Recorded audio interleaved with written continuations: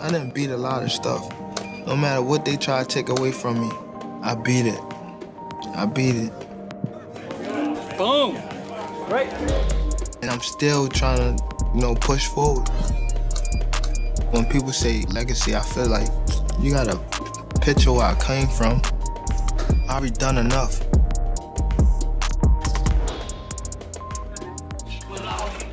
The mega fight, that dance with destiny, is nearly at hand.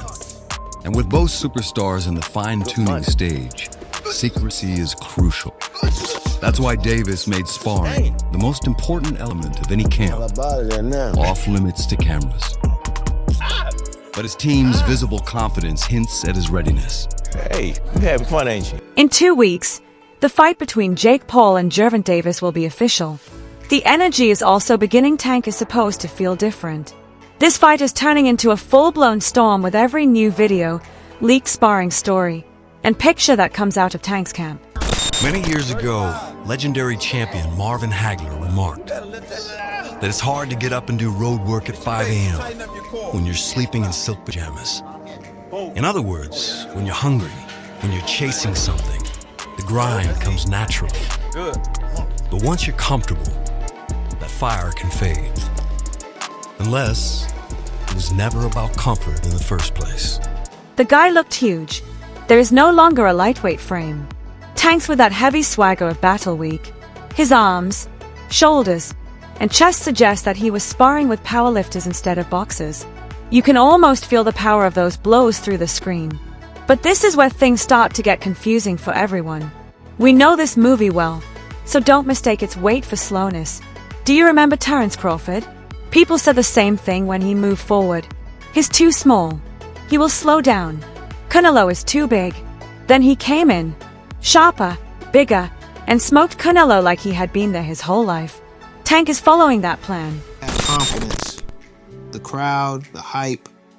I don't know what type of person Frank are. I could tell body language. And I would see it. I would see it if he's nervous or anything like that inside the ring. If it do play a big part, I take advantage of it. Size isn't enough. Smart mass and regulated power are more important. Gervonta is not trying to beat Jake Paul. He's trying to shoot him more times than he can.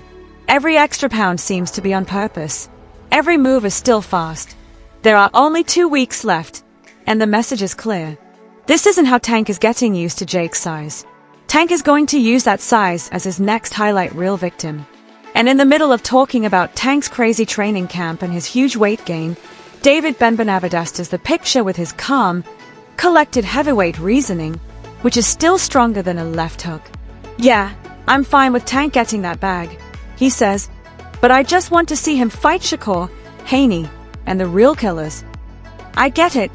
To be honest, everyone does. Like fans anticipating an unreleased trilogy, we have been yearning for those classic fights. Be the performance of your life. The whole world will watch this right. Hold on, yeah. Big stage, record audience, millions watching. For Tank, this is nothing new. But it's not exactly the same either, because he's never had such a treacherous opponent to prepare for. However, Bems also reveals a hidden gem here.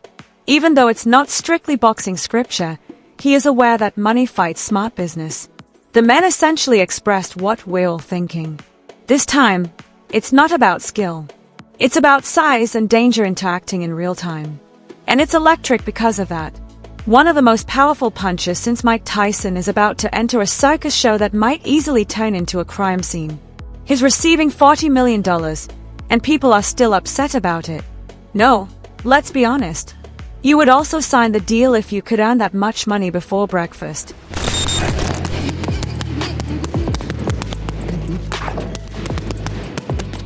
I don't want to lose. I hate losing. I know Tank hate losing Lamont. Damn sure don't want to lose, so it's gonna make for a good fight, man. Abel Sanchez enters like the voice of old SC Schoolooth, ready to put a stop to all that current lunacy, just as Benavidez has finished his serious discussion about money versus legacy. Nothing was sugarcoated by my guy. I don't like the fight as a fan, but as a coach, take the bag, son. he stated bluntly. That's incredibly honest. To be honest, I admire it. Abel is not discussing heritage. He is discussing lifespan. In essence, he told Tank, if you're going to punch for a living, at least make sure those punches pay your bills. And that's true since there have been many broke boxing superstars with titles but no bank accounts throughout the sport's history. Tank getting paid by Jake Paul. That's chess, not ducking. Smart fighters attack both generational wealth and opponents. However, Abel later abandoned such outdated coach reasoning. There's no danger from Jake Paul. On career day, Bro claimed that Jake is merely a YouTuber.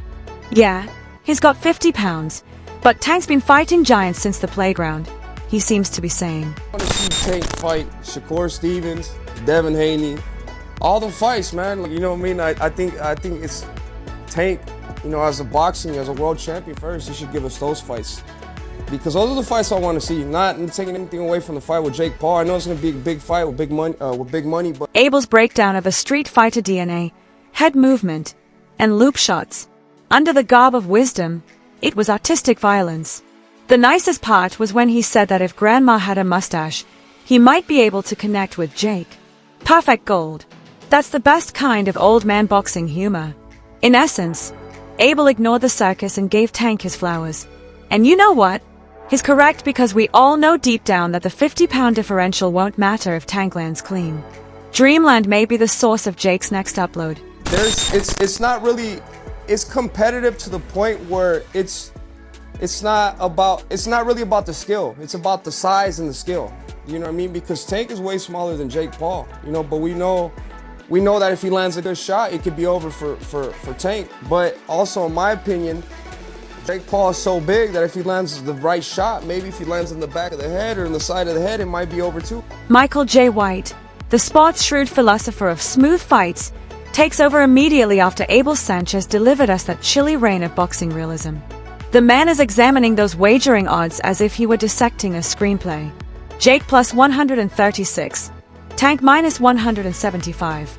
He has already declared, yeah, Tank's the guy. However, he says it with the calmness of a cool actor, as if he's not even shocked. After all, how could you be?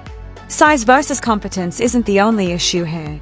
It's world-class timing versus the power of TikTok. You know what, as a fight fan, I don't like the fight, but as a coach, I think it's a good move for Tank Davis. I mean, I've seen too many kids go out of the sport with not a cent in their pocket, and I think that if Tank Davis takes advantage of a big payday like that, I think it's a ridiculous fight as far as a fight fan, but as a coach, I understand it.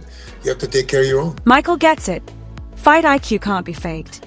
Tank has a generational goal, but Jake might have that YouTube power that never misses. Michael's take is sharp. Yeah, Jake's fighting an actual champion this time, reminding everyone boxing isn't a side project. The sport's turning into a spectacle, but Tank's here to show what real skill and power look like, because when that left hand lands, it won't feel like views, it'll feel like a statement. Boxing just went full Hollywood. Manny Pacquiao and Floyd Mayweather are set for a 2026 Netflix rematch, right when we thought Michael J. White's meltdown was the week's wildest moment. Floyd's near 50, Manny's retired more than Tom Brady, yet it feels like 2015 again. It's crazy but iconic. Two legends reviving the sport with pure nostalgia and hype. The street, that's who he was fighting. He was fighting bigger guys than him. He was always a smaller guy. So he knows how to fight those big guys. He knows how to duck up underneath and throw those looping shots because that's who he fought in the street. At least that's my opinion anyway. He's always been the little guy, and I'm sure that in the streets he wasn't a choir boy. I'm sure that he had his moments, and everybody was bigger than him. So he knows how to take care of himself. I don't think Jake Paul is a threat. I'll toss it to you now. Who is being humiliated, and who is leaving with the right to boast? Will Jake Paul surprise the purists once more, or is Tank going to put an end to the circus? Leave a comment with your ideas. Let's discuss it. Additionally, remember to subscribe, like, and share Boxing Headquarters. I'll see you at the next one.